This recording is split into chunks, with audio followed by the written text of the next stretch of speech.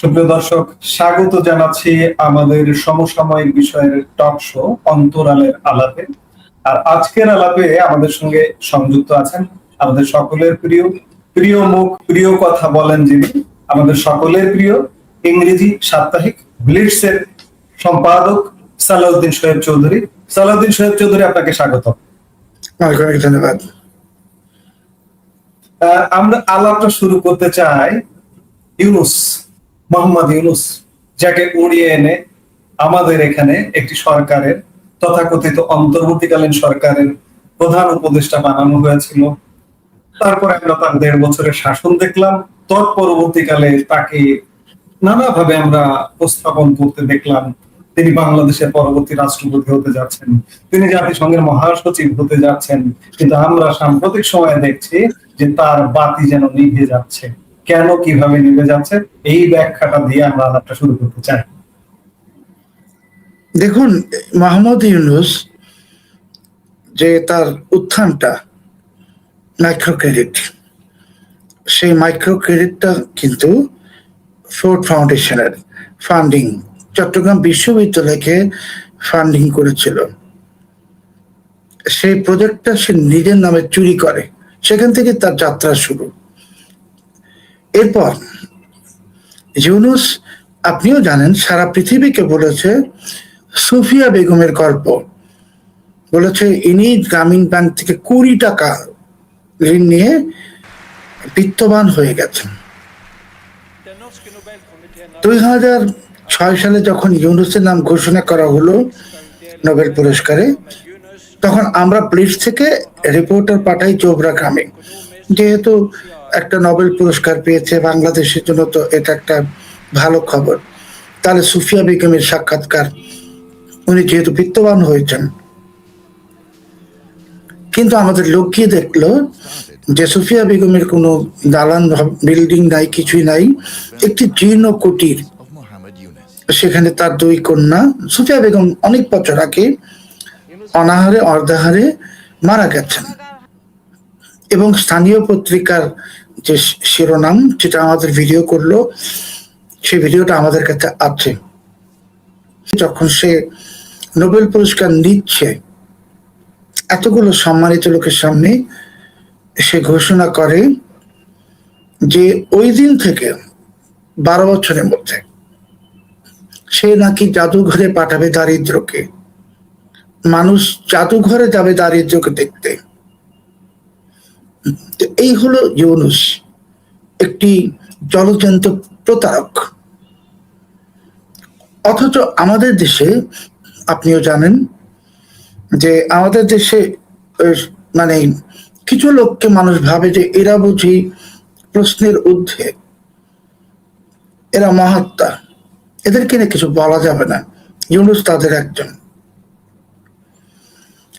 তারপর আমরা যখন ইউনুস সম্পর্কে আরো তদন্ত করলাম, দেখলাম যে ইউনুসের যে ফান্ডটা আসে তার ক্ষুদ্র ঋণের জন্য, এর বড় একটা অংশ গ্রান্ট, মানে একেবারেই অনুদান, গরিব মানুষের ভাগ্য উন্নয়নের জন্য।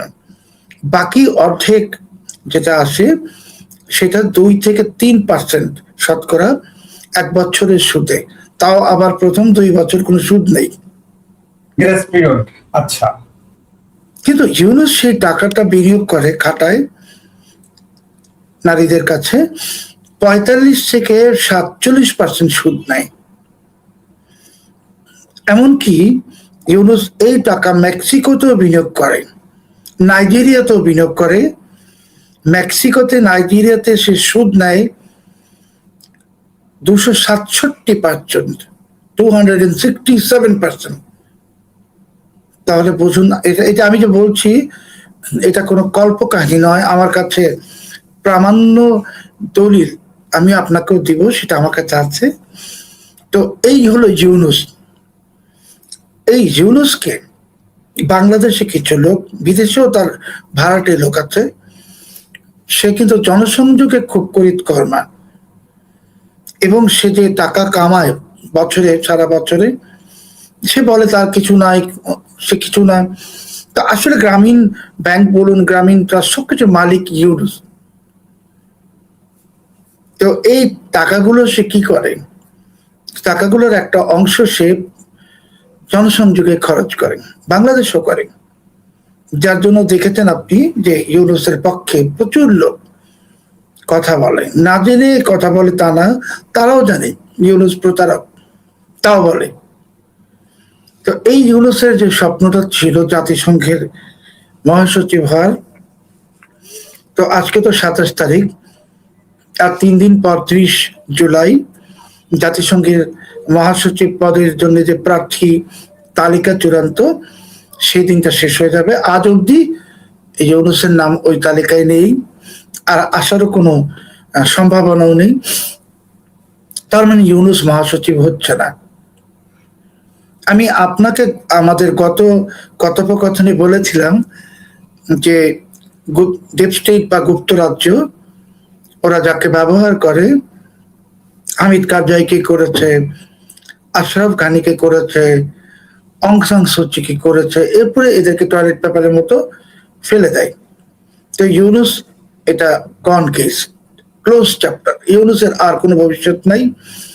এখন ইউনুস বাংলাদেশের প্রেসিডেন্ট হতে চায়, কিন্তু বাংলাদেশের প্রেসিডেন্ট ইউনুসকে ধরে নিয়ে আমি তর্কের খাতিরে যে যদি বিএনপি সরকার তাকে বানায়, তো আমি তো আপনাকে গত অনুষ্ঠানে বলেছিলাম যে রাষ্ট্রপতি কিন্তু সশস্ত্র বাহিনীর সর্বাধিনায়ক এবং তার জরুরি অবস্থা ঘোষণার ক্ষমতা আছে।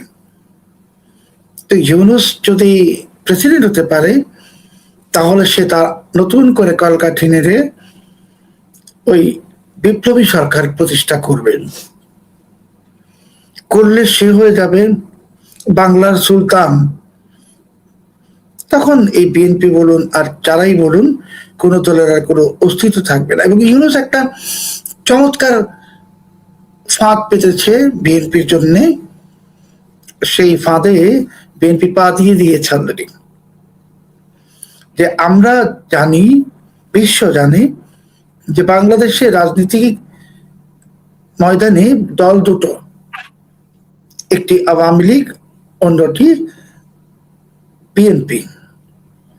তো বিএনপির হাত দিয়ে ইউনুস আওয়ামী লীগকে নিষিদ্ধ করিয়েছে। তার মানে বিএনপি যে একটি রাজনৈতিক দলকে দেশের বৃহত্তম এবং সর্বপ্রাচীন রাজনৈতিক দলকে নিষিদ্ধ করে, সেই নজিরটা সে স্থাপন করে দিয়েছে। যেটা বিএনপির জন্য ভবিষ্যতে তারা যখন গণতন্ত্রের কথা বলবে, সেই জন্য বিএনপির জন্য একটা বাধা, এটা সৃষ্টি করেছে ইউনুস, এবং সেই ফাঁদে বিএনপি পা দিয়েছে।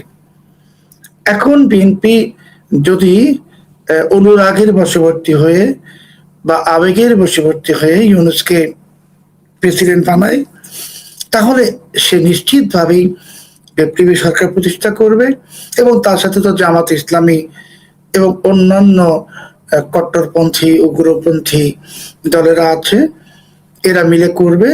তো বিএনপিকে ঠিক আওয়ামী লীগের মতনই ইউনুস একসময় নিশ্চিত করে দেবে। এজন্য আপনি আমাকে প্রশ্নটা করেননি, আমি তারপর উত্তর দিচ্ছি যে রাজনীতিতে আওয়ামী লীগের বর্ম হলো বিএনপি, আর বিএনপির বর্ম হলো আওয়ামী লীগ। এরা যত ঝগড়া জাতি করুক, আমেরিকাতে তো হয় রিপাবলিকান ডেমোক্র্যাট ঝগড়া হয়, ব্রিটেনে হয় টরি পার্টি এবং লেবার পার্টি, কিন্তু যত ঝগড়াই হোক তারা এক জায়গায়, ভারতেও বিজেপি কংগ্রেস, কিন্তু এক জায়গায় তারা এক। গণতন্ত্রের ক্ষতি হবে বা গণতান্ত্রিক রাজনীতির ক্ষতি হবে এমন কিছু তারা করে না। তো বিএনপি যদি সেটা উপলব্ধি করে, আমার মনে হয় এখন বিএনপি উপলব্ধি করছে, উপলব্ধির জায়গা থেকে ইউনুসের রাষ্ট্রপতি হওয়ার সম্ভাবনা কতটুকু? একেবারেই নাই, একেবারেই নাই। Yunus close chapter. ইউনুস একটি মৃত ঘোড়া। ইউনুস মৃত ঘোড়া। আমরা দেখলাম যে ইউনুসকে ফ্রান্স থেকে উড়িয়ে এনে আমাদের ঘাড়ে চাপিয়ে দেওয়া হলো, এখন ক্ষমতা হস্তান্তর করার পরে রাষ্ট্রপতি হওয়ার স্বপ্ন, জাতিসংঘ মহাসচিব হওয়ার স্বপ্ন, সব স্বপ্নই বলা যায় ভেস্তে গেল। আচ্ছা, ইউনূসের আরেকটা খুব গুরুত্বপূর্ণ কর্ম নিয়ে একটু আলাপ করতে চাই, যে আপনি গতকাল একটা সোশ্যাল মিডিয়া স্ট্যাটাসে লিখেছিলেন যে প্রচন্ড ভারত বিরোধী ইউনূস। সেই ভারত বিরোধী ইউনূসের ভারতে কি কর্মকাণ্ড, সেগুলো যদি আমাদের দর্শকদের একটু টাচ করতেন, বলতেন। তার আগে কাদের ভাই একটা ব্রেকিং স্টোরি আমি শেয়ার করতে চাচ্ছি আপনার সঙ্গে, যে 2014 সালে যখন ট্রাম্পের সঙ্গে হিলারি ক্লিন্টনের নির্বাচন হয়, সেই নির্বাচনে ইউনূস কিন্তু বিপুল অঙ্কের টাকা বিনিয়োগ করে, খাটায়, খরচ করে বিপুল, যেটা পরবর্তী ট্রাম্প বলেছ। তো সাম্প্রতিক সময় ভারতে যে ককরোচ জনতা পার্টি বা ছাত্রদের যে আন্দোলন হয়েছে, সেখানে ইউনূস ভারতে যে তার ব্যবসা বাণিজ্য আছে, যে প্রশ্নটা আপনি করেছেন আমি বিস্তারিত উত্তর দিব, সেই ব্যবসা বাণিজ্যের মাধ্যমে সে এসব আন্দোলনেও টাকা খাটিয়েছে কিনা, এটা এরই মাঝে ভারতীয় গোয়েন্দারা খোঁজ নিতে শুরু করেছে। এবার আপনার প্রশ্নের উত্তরে, আমরা তো জানি, মানে আমরা তো দেখেছি যে ইউনূস একজন মহা বিপ্লবী, ভীষণ ভারত বিরোধী, কট্টর পাকিস্তানপন্থী,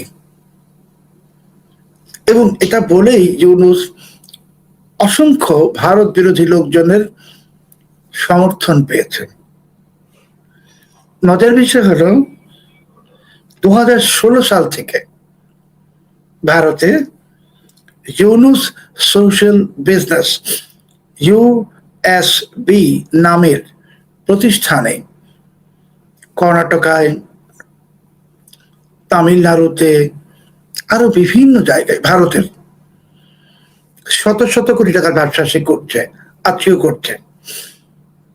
এমনকি সে যখন প্রধান উপদেষ্টা ছিল, যখন সে বিপ্লবী কথা বলছিল ভারতের বিরুদ্ধে, উত্তর পূর্ব ভারত দখল করে ফেলবো, এটা করব সেটা করব, তখন দিল্লিতে গ্রামীণ ব্যাংকের দপ্তর খোলার অনুমতি চেয়ে আবেদন করেছে। কি বুঝলেন? এটাই হলো ইউনূস।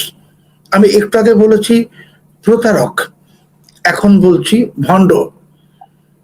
সে তার নিজের স্বার্থের জন্যে, নিজের সুবিধার জন্যে যে কাউকে বিভ্রান্ত করতে, উস্কানি দিতে বা তাদেরকে ব্যবহার করতে সে ভীষণ পারঙ্গম। আরেকটা কথা বলে নিতে চাই যে ইউনূসকে আপনি দেখেছেন সে দায়িত্ব ছাড়ার পর ফ্রান্সে গেছে, জার্মানিতে গেছে, নেদারল্যান্ডসে গেছে, ইতালিতে গেছে, আমেরিকাতে কিন্তু যাচ্ছে না। কেন যাচ্ছে না? কেন যাচ্ছে না? বিকজ আমেরিকাতে যে ইউনূসের মাল্টি-বিলিয়ন ডলার প্রজেক্ট, $1 বিলিয়ন না, গ্রামীণ আমেরিকা,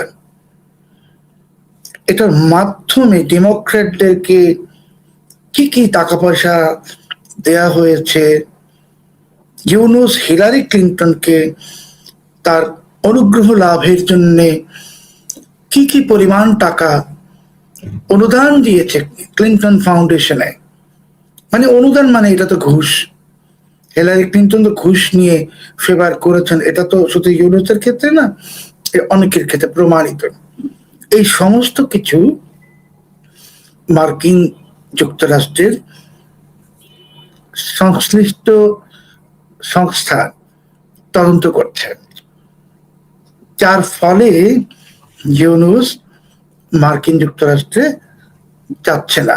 আপনি যদি আমাকে প্রশ্ন করেন যে তাহলে তো সে গেছে, তো 2024 সেপ্টেম্বরেও গেছে, 2025 সেপ্টেম্বরে গেছে, এটা আপনি আমাকে হয়তো প্রশ্ন করবেন। দেখুন, জাতিসংঘের অধিবেশনে যখন কেউ অংশ নেন, ওই আমন্ত্রণটা জাতিসংঘের। আচ্ছা, তখন ফিডেল ক্যাস্ট্রোর কথা যদি ধরেন, কিউবার, বা ইদি আমিনের কথা ধরেন, এরা তো মার্কিন যুক্তরাষ্ট্রে নিষিদ্ধ ছিল। এরাও কিন্তু জাতিসংঘের অধিবেশনে অংশগ্রহণ করেছে। আচ্ছা।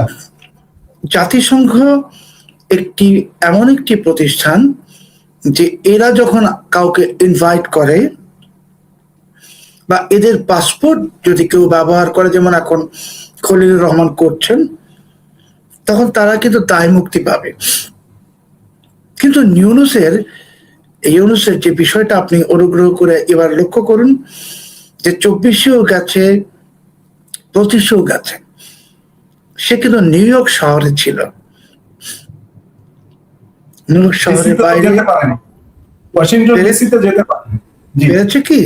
পারে নাই। না, তো এটাই হলো কারণ যে সে আসলে ওইখানে গেছে জাতিসংঘের আমন্ত্রণে, এবং নির্দিষ্ট একটি সময় জাতিসংঘের অধিবেশন সমাপ্ত করে সে চলে এসছে।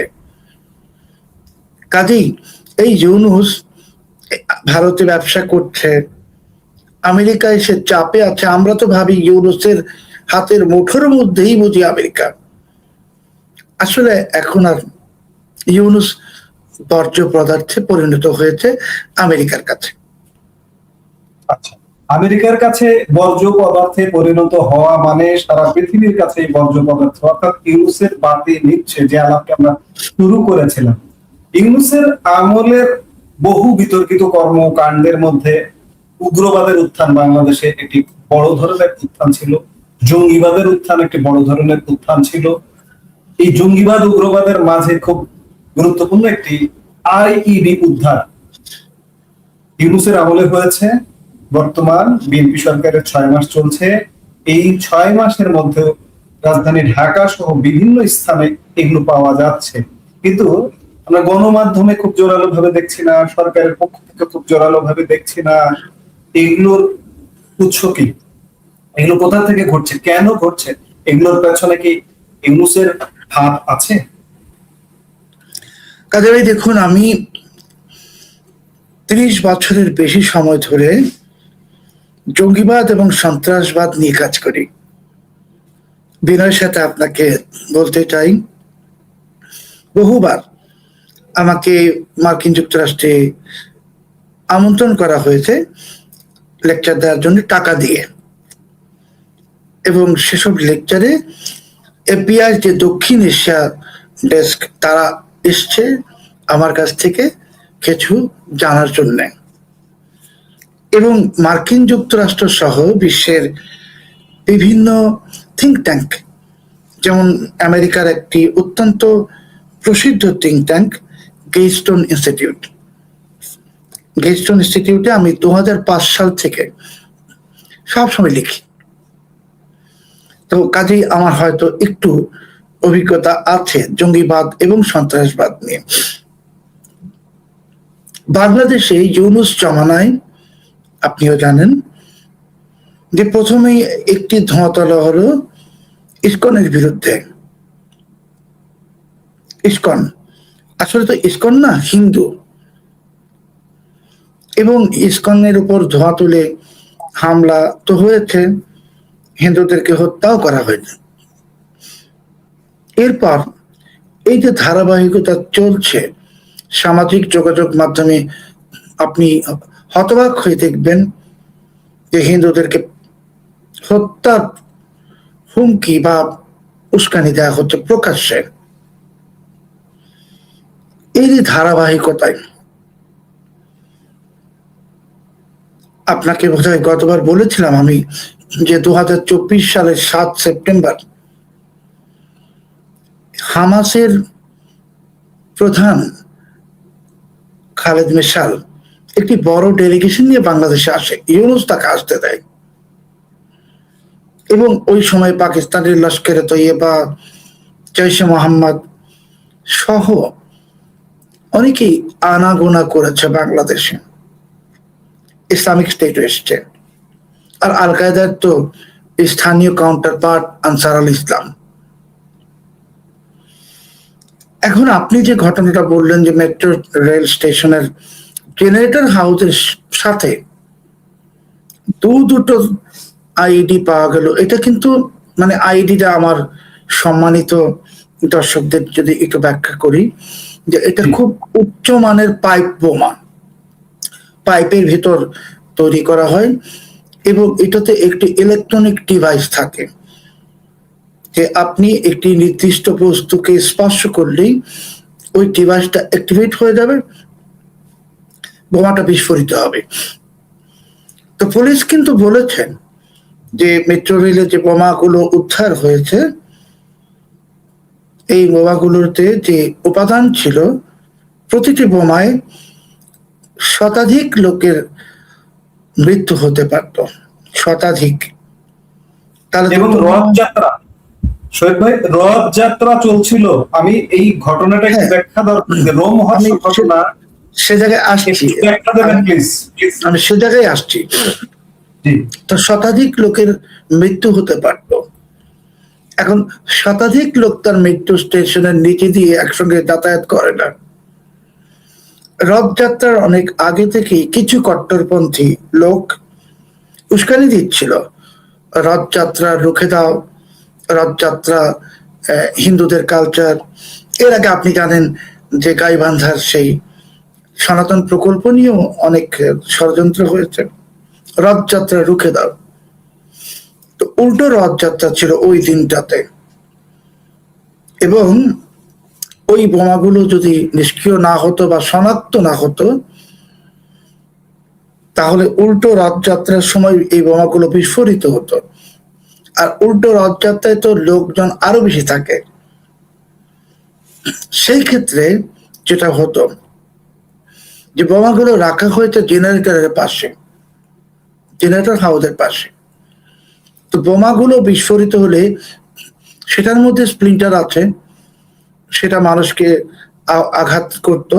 পাশাপাশি ওই জেনারেটর হাউস যে ইস্পাতের যে সমস্ত জিনিস আছে ওইগুলো বিস্ফোরিত হতো, হয়ে ওইটাও স্প্লিন্টারে পরিণত হতো।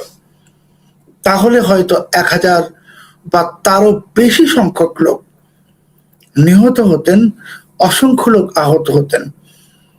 মানে আমরা এই বাংলায় একটা কথা বলি না, যে কারবালা। তো ওই উল্টো রথযাত্রার দিনটাতে কারবালা করার প্ল্যান ছিল। আর এটা যদি করতে তারা পারত, তাহলে বিএনপি সরকার ভয়ঙ্কর বিপদে পড়ে যেত। দেখুন, দুর্ধত বোমা উদ্ধার হওয়ার পরপরই পরের দিনই নারায়ণগঞ্জের হাঁচপুর ব্রিজের পাশে ইউনাইটেড ফিলিং স্টেশন নামের একটি পেট্রোল পাম্পে, অনেক বড়, সেখানেও বোমা পাওয়া গেল। তার আগেরটা বললাম জেনারেটরের সাথে, এবার পেট্রোল পাম্পে বিস্ফোরিত হলে পেট্রোল পাম্পটাও বিস্ফোরিত হতো। তাহলে এটাকে আমরা যদি কাউন্টার টেররিজমের ভাষায় বলি, যে মেজর ইনসিডেন্ট অফ টেরোরিজম, সন্ত্রাসী, বড় ধরনের সন্ত্রাসী ঘটনা। এত বড় ধরনের সন্ত্রাসী ঘটনা দুটো আমরা জানতে পারলাম গণমাধ্যমে। তো মেট্রো স্টেশনে তো প্রচুর সিসি ক্যামেরা আছে, ওই পেট্রোল পাম্পেও আছে, থাকাটাই স্বাভাবিক। তো এরপর কি হলো, কারা রাখলো বোমাটা, কেন রাখলো সেটা পরে, কারা রাখলো এটা শনাক্ত করতে তো নিশ্চিত ভাবেই 1-2 ঘন্টার বেশি সময় লাগার কথা না। যে বোমাটা রাখছে সে, তার ছবিটা তো দেখাই যাবে সিসি ক্যামেরায়। হ্যাঁ, সে যদি মুখোশ পরেও থাকে তাও দেখা যাবে। আর এখন কিন্তু একটি প্রযুক্তি আবিষ্কৃত হয়েছে, যে প্রযুক্তিটা বিভিন্ন দেশ ব্যবহার করে, ইসরায়েলেও ব্যবহার করা হয়, যার মাধ্যমে মুখোশ পরে থাকলেও মুখোশের পেছনের যে চেহারাটা সেটা স্পষ্ট দেখা যায়। আমেরিকাতেও আছে। তা আমরা তো ইসরায়েলের সহযোগিতা নিতে পারবো না, কারণ আমাদের সঙ্গে ইসরায়েলের কোনো অফিসিয়ালি সম্পর্ক নেই। কিন্তু আমরা মার্কিন যুক্তরাষ্ট্রের সহযোগিতা নিতে পারতাম। আমরা FBI কে আমন্ত্রণ জানাতে পারতাম, আসো তদন্ত করো। আমরা ব্রিটেনের MI6-কে তার আমন্ত্রণ জানাতে পারতাম, তদন্ত কর। তাতে বিএনপি সরকারের ভাবমূর্তিটাও ভালো হতো। কিন্তু যখন ধামা চাপা দিচ্ছে কাদের ভাই, জি ওই সময়টাতে কিন্তু ঢাকার ওয়েস্টিন হোটেলে অনেকজন মার্কিন কূটনীতিক, মানে কূটনীতিক পাসপোর্টধারী মানেই কূটনীতিক, জি এবং গোয়েন্দা অফিসার আছেন। তো আপনি যদি আমার কাছ থেকে হয়তো লুকোতে পারবেন, আপনি হয়তো এটা সাজ্জাদ কাদির সাহেবের কাছ থেকে লুকোতে পারবেন, কিন্তু এই সমস্ত লোকদের কাছ থেকে তো লুকোতে পারবেন না। আর ঢাকায় যে পশ্চিমা দূতাবাস গুলো আছে, তারা তো মনিটরিং করছে, সিঙ্গাপুর এমবেসি আছে, মনিটরিং করছে। তো আমরা যদি এটাতে লুকাতে চাই, তাহলে আমি একটু আগে যেটা বললাম যে it was a major case of terrorism. এখন আমরা যদি লুকোই, রাষ্ট্রযন্ত্র যদি এটাকে লুকায়, তাহলে এটার ইন্টারপ্রিটেশনটা ভিন্ন হয়ে যাবে। স্টেট প্যাট্রোনাইজ টেরোরিজম, রাষ্ট্রীয় মদদে সন্ত্রাস, যেটা পাকিস্তান করে। পাকিস্তান রাষ্ট্রীয় মদদে সন্ত্রাস করে বলেই পাকিস্তানকে সবাই সন্ত্রাসী রাষ্ট্র হিসেবে আখ্যা দেয়। তো আমরা কি সেধে ওই জায়গায় যেতে চাচ্ছি? আপনাকে সেই পথে কিনা প্রশ্ন আসছে স্বাভাবিকভাবে। আমি আমার প্রশ্ন সবার কাছে, যে আমরা কি ওই পথে হাঁটতে চাচ্ছি? না চাইলে বিএনপি সরকার তো একটি অতীত অভিজ্ঞতা আছে, যে আমি যখন 2003 সালে বলেছিলাম বাংলাদেশে আল হারামাইন ফাউন্ডেশন এরা আল কায়দা সংশ্লিষ্ট, আর হেরিটেজ ইনস্টিটিউট কুয়েতি সেটা একই সংশ্লিষ্ট, জঙ্গি সংশ্লিষ্ট।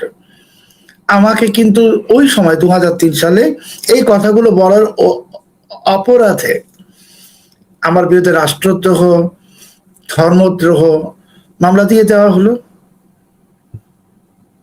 এরপর 2003 বিএনপি প্রকাশ্যে বলল যে না, বাংলাদেশে কোনো জঙ্গি নেই।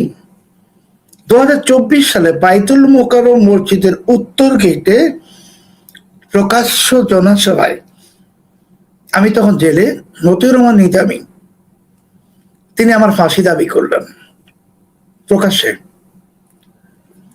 কিন্তু 2005 সালে যখন বাংলাদেশে সারা দেশে একটি জেলা বাদে বোমা বিস্ফোরিত হলো, জি বোমা বিস্ফোরিত হলো, তখন তো বিএনপি জঙ্গিবাদের বিরুদ্ধে অ্যাকশনে গেল।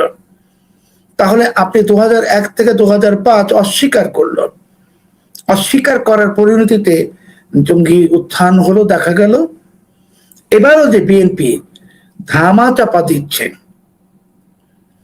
এই ধামা চাপার কারণে অনেক খারাপ কিছু দেশের জন্য যদি হয়, তো আখিরে তো আপনার মতো আমার মতো আমরা যারা সাধারণ মানুষ, আমাদের যাদের বিদেশি পাসপোর্ট নাই, আমাদের যাদের বিদেশে একটি বাড়ি নাই, বিদেশের ব্যাংকের টাকাও নাই, আমরাই তো ভুক্তভোগী হব।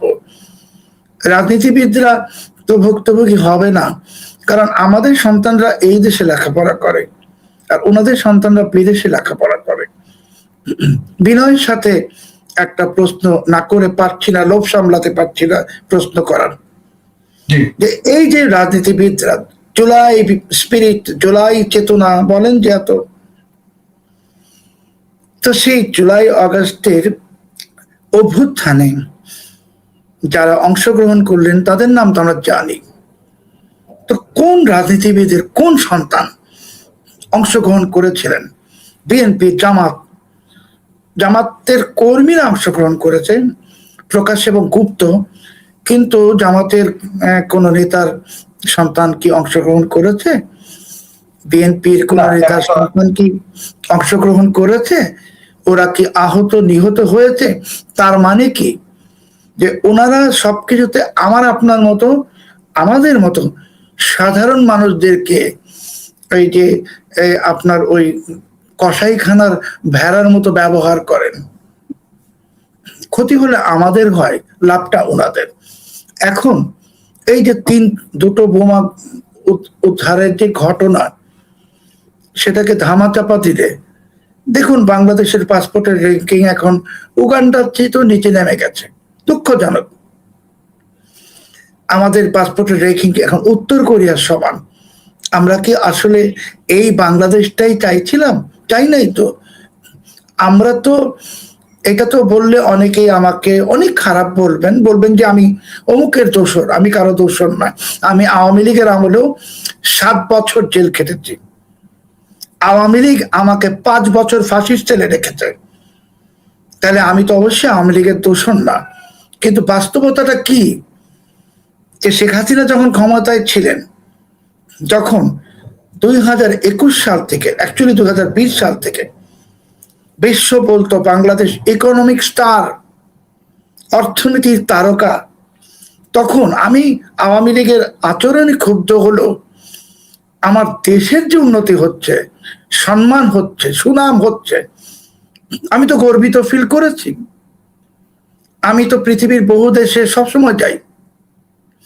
তো আওয়ামী লীগের সময়ে, এর আগেও তো আমি গেছি, আমেরিকাতেও গেছি, কিন্তু আমি দেখেছি ওই সময়টাতে সব দেশ বাংলাদেশকে একটু জাপানিদের মতো, না হলেও সিঙ্গাপুরিয়ানদের মতো, চাইনিজদের মতো একটু তোয়াজ করতো, মানে ভাবতো যে না, এরা থাকবে না, উন্নত দেশ হয়ে যাচ্ছে উন্নত। সেখান থেকে বিএনপি নেতারা এখন বলেন যে তারা নাকি তলাবিহীন ঝুড়ি পেয়েছেন। ঝুড়িটা তলাবিহীন তো ছিল না। আর ধরুন তলাবিহীনই ছিল, তো বিএনপি তো ঝুড়িটাও নাই করে দিয়েছে, এখন আর ঝুড়িও নাই। একদিকে অর্থনীতির করুণ অবস্থা, বিদেশি বিনিয়োগ নেই, এরপরে যে পরপর 3টি বোমা উদ্ধারের ঘটনা, সেটা নিয়ে রাষ্ট্রযন্ত্র নীরব, একেবারেই নীরব। তো এটা ভাই শেষ পর্যন্ত, আখেরে মানে শেষ পর্যন্ত এটা পরিণতি কি হবে, কি হতে পারে, আমি আমার যে 30 বছরের অভিজ্ঞতা এই সন্ত্রাসবাদ জঙ্গিবাদের গবেষণার কারণে এটা দিয়ে আমি হয়তো বুঝতে পারছি, কিন্তু আমি তো বলতে পারছি না। কেন বলতে পারছি না? কারণ মুক্ত স্বাধীন মুক্ত কথা বলার যারা সাংবাদিক, মুক্ত বাকের পক্ষে যারা, তারা তো আক্রান্ত হচ্ছে ক্রমাগত। তাদের বিরুদ্ধে প্রোপাগান্ডা হচ্ছে, তাদের বিরুদ্ধে মামলা হচ্ছে, আইসিটিতেও মামলা হয় সাংবাদিকদের বিরুদ্ধে, তাই না? এখনো হয়েছে। তারপরে পিটিয়ে হত্যা করো সাংবাদিক অমুককে, প্রকাশ্যে আসছে। তো আমরা তো কথা যদি না বলি, ধরুন আমরা কথা না হয় বললামই না, আমি হয়তো আমার পত্রিকাতে প্রেসে তো আমি বাংলাদেশের করে নিউজই পাবলিশ করি না, গত প্রায় 5 মাস যাবত করি না, শুধু বিদেশি খবর। কেন? আমার বাংলাদেশি খবর পাবলিশ করার তো দরকার নাই। আমি কষ্টে করি না যে আমি করতে যাব, কার মান কোন জায়গায় চলে যাবে, কে কোনখানে মাইন্ড করবে, দরকার তো নাই। কিন্তু আমি না হয় নীরব থাকবো, সাজ্জাদ কাদির সাহেব না হয় নীরব থাকবেন, ক্ষতি তো দেশের হবে। কারণ আমরা তো গণতন্ত্রের 4 স্তম্ভের একটা। আমরা যদি চুপ করে যাই, আমরা যদি চোখেও কাপড় বেঁধে ফেলি, মুখেও বেঁধে ফেলি, কানেও না শুনি, তো সমস্যা তো আমাদের হবে না, সমস্যা তো দেশের হবে, রাষ্ট্রের হবে। 1 নম্বর হলো সরকারকে আগামী 72 ঘন্টার মধ্যে আমাদেরকে বলতে হবে যে এই বোমাগুলো কারা রেখেছে। এই বোমাগুলো যদি সরকারের পক্ষের কেউ রেখে থাকে, সেটাও আমাদেরকে বলতে হবে। আর যদি কিছুই না বলা হয়, তাহলে আমিও ধরে নিব যে এটা স্টেট প্যাট্রোনাইজ টেরোরিজম। দ্বিতীয় কথা হলো, সাংবাদিকদের বিরুদ্ধে যে কাজকর্ম চলছে, কারা করছে, আমরা তো জানি, আপনিও জানেন। এই সমস্ত একটি বিশেষ রাজনৈতিক দল বা বাংলাদেশ বিরোধী শক্তি, অপশক্তি, যারা বাংলাদেশকে পাকিস্তান বানাতে চায়, তারাই করছে। এইসব বন্ধ করতে হবে। সামাজিক যোগাযোগ মাধ্যমে পোস্ট দিয়ে সাংবাদিকদেরকে হুমকি দিলে তাদের বিরুদ্ধে সন্ত্রাস দমন আইনে মামলা দিন। সাংবাদিকদের কণ্ঠরোধ করার চেষ্টা করলে তাদের বিরুদ্ধে কঠোর ব্যবস্থা নিন। সরকারের কোন কর্মকর্তা, আমলাও যদি এটা করেন, চাকরিচ্যুত করে দিন। সাংবাদিক যদি না বাঁচাতে পারেন, মুক্ত বাক যদি আপনি গ্যারান্টিড করতে না পারেন, নিশ্চয়তা না দিতে পারেন, গণতন্ত্রও থাকবে না, বাংলাদেশও থাকবে না। আজকে না হয় আওয়ামী লীগকে ব্যান করেছেন, কালকে বিএনপি ব্যান হবে। আপনারা বাংলাদেশে একটি জঙ্গিবাদের চারণভূমি। আপনারা যদি গণতন্ত্র চান, আপনারা যদি বাংলাদেশকে ভালোবাসেন, আপনারা যে বাংলাদেশকে ভালো আসলে বাসেন না, সেটা বললাম যে আন্দোলনে আমাদের মতো মানুষকে ঠেলে দেন, আমাদের সন্তানদেরকে ঠেলে দেন, আপনাদের সন্তানদেরকে দেন না। ঠিক আছে, বুঝলাম, কিন্তু এখন দেশটাকে বাঁচান, জাতীয় ঐক্য গড়ে তোলেন। জাতীয় ঐক্য ছাড়া দেশ বাঁচবে না। সাংবাদিকদেরকে মুখ বন্ধ করলে সাংবাদিকদের সমস্যা নাই, আপনাদেরই ক্ষতি হবে।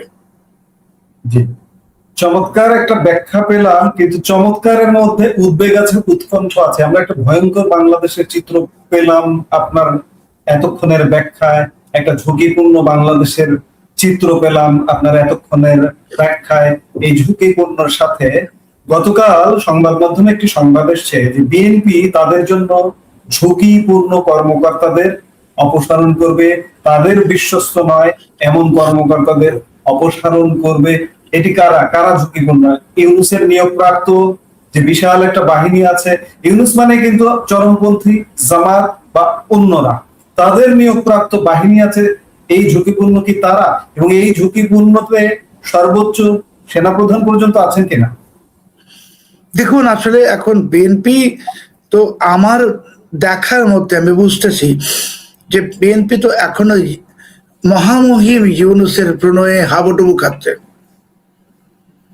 আর এই সরকারটা, আমি বলেছিলাম আপনাকে যে এটা তো বিএনপি জামাত যুক্ত সরকার, আর সেই বিএনপি জামাত যুক্ত সরকারের অভিভাবক ইউনূস। তো এই অভিভাবক যদি ইউনূস থাকে, এখন পর্যন্ত কি অভিভাবকের স্থানটা অটল আছে? হ্যাঁ, না হলে ইউনূসের বিরুদ্ধে মামলা হয় না কেন? হ্যাঁ, 1000-এর বিরুদ্ধে বেশি শিশু হত্যার অভিযোগে ইউনূসের বিরুদ্ধে মামলা হয় না কেন? নূরজাহান বেগমের বিরুদ্ধে মামলা হয় না কেন? ইউনূসের লুটেরা বাহিনীর বিরুদ্ধে মামলা হয় না কেন? তবে আমি যেটা বলতে চাইবো কনক্লুশন, এই যে কেন আপনি যে কেন প্রশ্নগুলো করছেন, আমাদের কিন্তু উদ্বেগ উৎকণ্ঠা ছাড়ে না। যদি অভিভাবক হয়েই থাকে, তাহলে কি বঙ্গভবন দখল করবেন ইউনূস? এই উদ্বেগটা কিন্তু এখনো পর্যন্ত দর্শকের মনে, আমাদের মনে থেকে যায়। দেখুন, ইরানের রেজা শাহ পাহলভি একটা কথা বলেছিলেন, অন্য জিনিস যিনি বলেছিলেন, আমেরিকা যার বন্ধু হয় তারা শত্রুর প্রয়োজন হয় না। আর আমি বিএনপিকে এখন বলবো যে ইউনূস যাদের অভিভাবক হয় তাদের আর শত্রুর প্রয়োজন নাই। আপনারা ভাবছেন আওয়ামী লীগ আপনাদের শত্রু, আপনারা ভাবছেন মুক্ত চিন্তার মানুষরা আপনাদের শত্রু, আপনারা ভাবছেন অসাম্প্রদায়িক মানুষ শক্তি যারা আছে আমরা আপনাদের শত্রু। আমরা আপনাদের শত্রু নই, এরা বাংলাদেশকে ভালোবাসি। আপনাদের শত্রু ইউনূস, যে বাংলাদেশের অস্তিত্বে বিশ্বাস করে না। আর আমি যখন ইউনূস বলছি, ইউনূস মানে পাকিস্তান, ইউনূস মানে জামাত, ইউনূস মানে আরো যারা ৭১ বিরোধী অপশক্তি সবাই। তো একে আপনারা অভিভাবককে আসনে বসিয়ে রেখেছেন। তোমারে বধি বেজে গোকুলে বাড়ি শেষে, এই প্রবাদটা আপনাদেরই মনে করিয়ে দিই। এই ইউনূস এমন বিষধর সাপ, ঠিক আপনাদের মাথায় ছোবল মারবে। যখন মারবে তখন অনেক দেরি হয়ে যাবে। অপসারণের প্রসঙ্গে ছিলাম, অপসারণ করতে চাইছে বিএনপি তাদের আস্থাহীন কর্মকর্তাদের। জিজ্ঞেস করেছিলাম যে এই আস্থাহীনটা কত দূর পর্যন্ত আছে? ধরুন, আসলে ভাই এই বক্তব্যটা তো অনেকে এমন যে অন্ধকার ঘরে সাপ, এখন সারা ঘরেই সাপ দেখছেন। তো এটা তো 0 থেকে টপ পর্যন্ত সব জায়গায় যাবে। আর আপনি যদি বলেন যে সেনাবাহিনীকে সেনা প্রধানকে স্পর্শ করতে পারে কিনা। সন্দেহ তো একটা রোগ, এই সন্দেহ রোগে যদি পেয়ে বসে তাহলে তো তারা কাকে সন্দেহ করবে, কখন করবে, কেন করবে আমরা তো জানি না।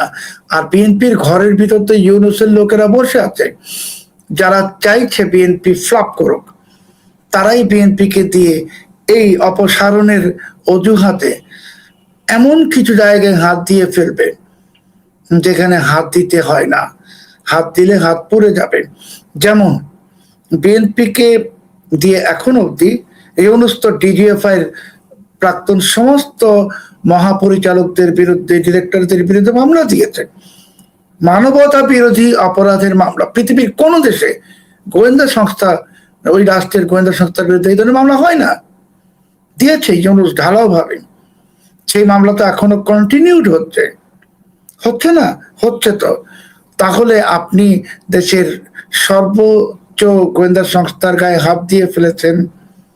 এখন যদি আপনি আরো অন্য কোথাও হাত দেন, আমি অন্য কোথাওটা অন্য কারণেই আর উচ্চারণ করতে পারছি না, এটা বুঝে নিতে হবে। আমার সম্মানিত দর্শকরা বুঝতে পারছেন কি বলতে চাচ্ছি। তো এমন জায়গায় হাত দেওয়া হবে যেখানে আপনাদের হাত পুড়ে যাবে, এবং এটাই হতে যাচ্ছে। আপনারা অপসারণ করবেন, ইউনূসের লোকদেরকে অপসারণ করেন বেছে বেছে। ইউনূসের যারা বিভিন্ন জায়গায় আছে এদেরকে বাদ দেন, ইউনূসকে বাদ দেন, মাথা থেকে তাকে নামিয়ে ফেলুন, নামিয়ে ফেলে তার অপকর্মের জন্য মামলার প্রক্রিয়া দরজাটা উন্মুক্ত করে দিন। এটা আপনাদের জন্য নিরাপদ, আপনাদের জন্য ভালো, বিএনপিকে বলছি। আর যদি না করেন তাহলে আপনারাই শেষ পর্যন্ত এমন ক্ষতিগ্রস্ত হবেন যে আপনারা ক্ষতিগ্রস্ত এখন হয়ে গেলে গণতন্ত্র তো বিপদে পড়বে। তো আগে অতীতে যখন গণতন্ত্র বিপদে পড়েছে, বিএনপি আওয়ামী লীগ একখানে করে হয়ে গণতন্ত্রকে রক্ষা করেছে 90-এর গণ আন্দোলন এবং অন্যান্য বিভিন্ন সময়, 1/11-এর পর। এখন তো আওয়ামী লীগ নাই, মানে আপনারা তো আওয়ামী লীগকে নির্বাচনে পাঠিয়ে দিয়ে রাখছেন। আপনাদের একা সব ঝড়ঝাপটা সামলাতে হবে, সেই ঝড়ঝাপটা সামলানোর শক্তি আপনাদের আছে কিনা সেটা তো আমি জানি না। আমি আলাপটা দীর্ঘ হয়ে যাচ্ছে, তারপরেও একটি প্রশ্ন করবার লোক সংবরণ করতে পারছি না। আপনি খানিক আগে বললেন যে ইউনূস বিএনপির মধ্যে ঢুকে আছে। আমরা কিন্তু এই আলামত বিএনপি সরকারের শুরু থেকেই দেখতে পাচ্ছি। বিএনপির যে ডার্ক সাইডে যেসব নেতা, তারা কেন সরকারে নেই? আমরা এই আলাপটা করেই আলাপটা শেষ করতে চাই। আপনিও জানেন সেটি, যে কারা ডার্ক সাইডে, কারা গত 18 বছর রাজপথে ছিলেন, তাদেরকে কিন্তু আমরা কোনো সিনে দেখছি না। সব সাইড লাইনে, স্টেডিয়ামের গ্যালারিতে যেন পাঠিয়ে দেওয়া হয়েছে তাদের। কেন? না কেন মানে দেখুন, এই মানে আনফরচুনেটলি যারা বলিদান দেন, যারা আত্মত্যাগ করেন, যারা কষ্ট করেন, তাদের মূল্যায়ন তো হয় না। মূল্যায়ন তো সবসময়, আজকে যে আওয়ামী লীগের এই কঠিন করুণ পরিণতি, তার অন্যতম একটা কারণ তো আওয়ামী লীগের 17 বছরে প্রকৃত লোকেরা তো সুযোগ পান নাই। সব সুবিধাভোগী লোকজন গণভবনে ভিড় করেছে।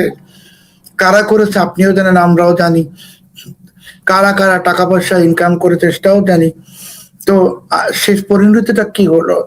তো আসলে এটা আমাদের দেশের একটা দুর্ভাগ্য যে আমাদের রাজনীতিবিদরা প্রকৃত লোকের মূল্যায়ন করতে পারেন না, করেন নাই।